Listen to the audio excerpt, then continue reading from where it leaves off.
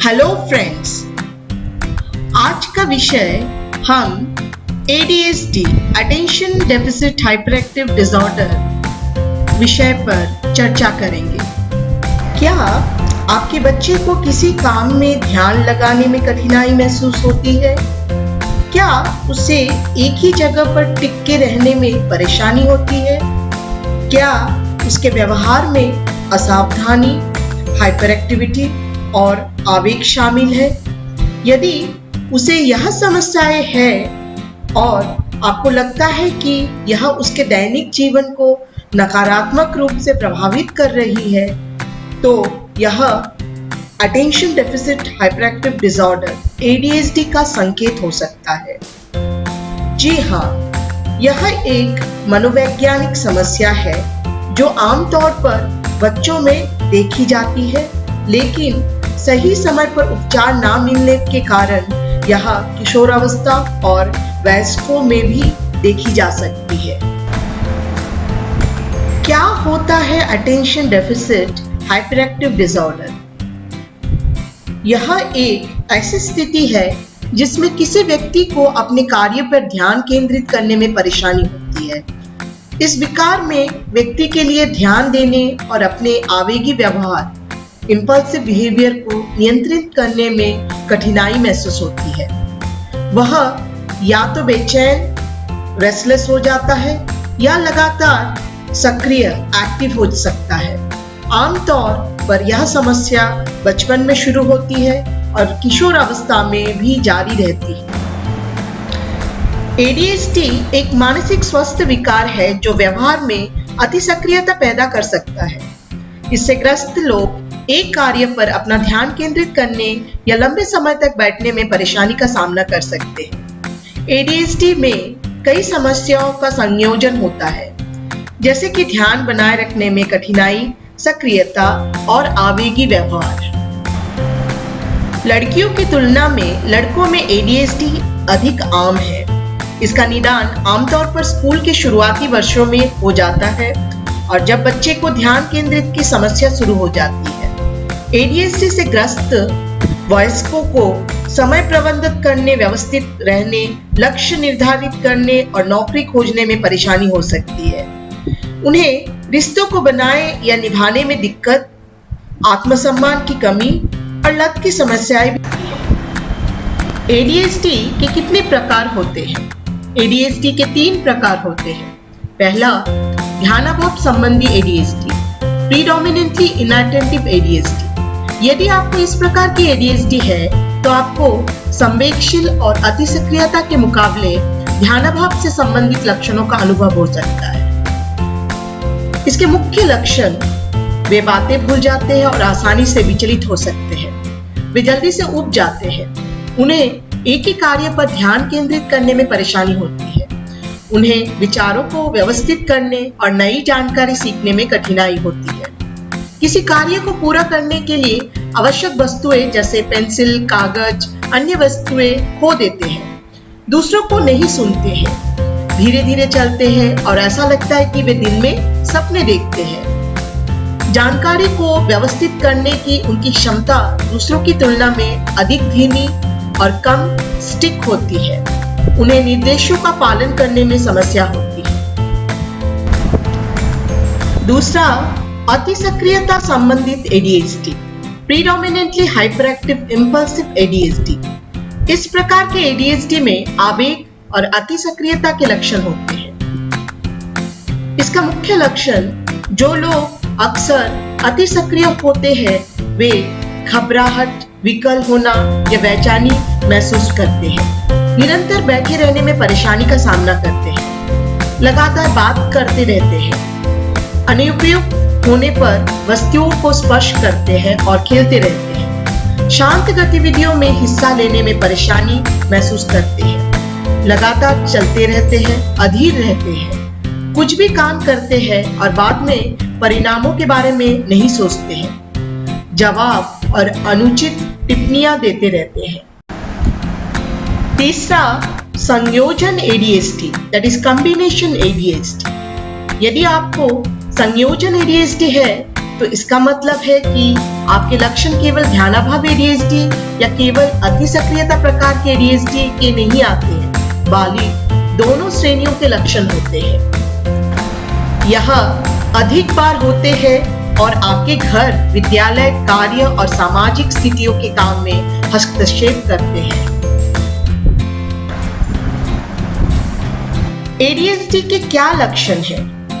कुछ बच्चे में एडीएचडी के लक्षण 2 या 3 साल की उम्र में ध्यान देने योग्य हो जाते हैं। इसके लक्षण निम्नलिखित है: ध्यान देने में कठिनाई, अक्सर दिन में सपने देखना, निर्देशों को मानने में कठिनाई और दूसरों को अनसुना करना, अक्सर कार्यों या गतिविधियों को व्यवस्थित करने में समस्याएं आना, अक्सर बातें भूल जाना और आवश्यक वस्तुओं जैसे पुस्तकें, पेंसिल, खिलौने खो देना, स्कूल के कार्य, काम या अन्य कार्यों को पूरा करने में अक्सर विफल रहना, आसानी से ध्यान भटकना, बार बार विकल होना या घबराना, ज्यादा देर बैठने में दिक्कत होना, निरंतर गति में रहना, अधिक तक बातूनी होना, अक्सर दूसरों की वार्तालाप के बीच में बोलना, अक्सर अपनी बारी के लिए इंतजार करने में परेशान होना।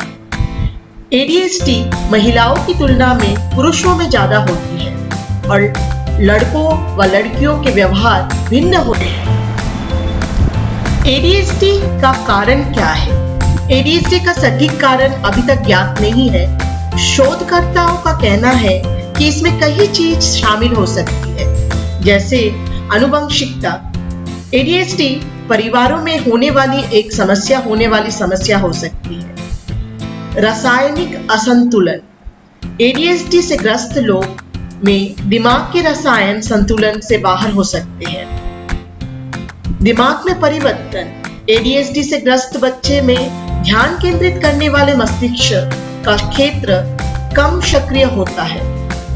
कुछ विषाक्त पदार्थ। गर्भावस्था के दौरान खराब पोषण, संक्रमण, धूम्रपान, शराब और मादक द्रव्यों का सेवन एक बच्चे के मस्तिष्क के विकास को प्रभावित कर सकते हैं। मस्तिष्क के चोट या मस्तिष्क संबंधी विकार। मस्तिष्क के सामने वाले हिस्से की चोट आवेगों और भावनाओं को नियंत्रित करने में समस्या पैदा कर सकती है। एडीएचडी को रोका या ठीक नहीं किया जा सकता, लेकिन इसका जल्दी निदान, अच्छा इलाज और शिक्षा योजना बनाने से इसे ग्रस्त बच्चे को अपने लक्षणों का प्रबंधन करने में मदद मिल सकती है। एडीएचडी के उपचार। एडीएचडी वाले बच्चे बेहद सक्रिय होते हैं और कुछ में बिहेवियरल प्रॉब्लम भी होती है। उनकी देखभाल करना, उन्हें कुछ सिखाना मुश्किल हो जाता है।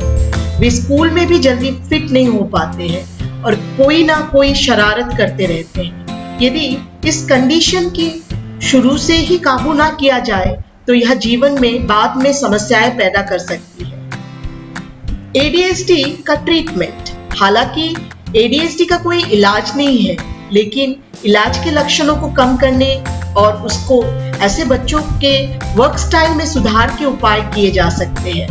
एडीएचडी का ट्रीटमेंट मेडिसिन, साइकोथेरेपी, एजुकेशन या ट्रेनिंग से भी किया जा सकता है।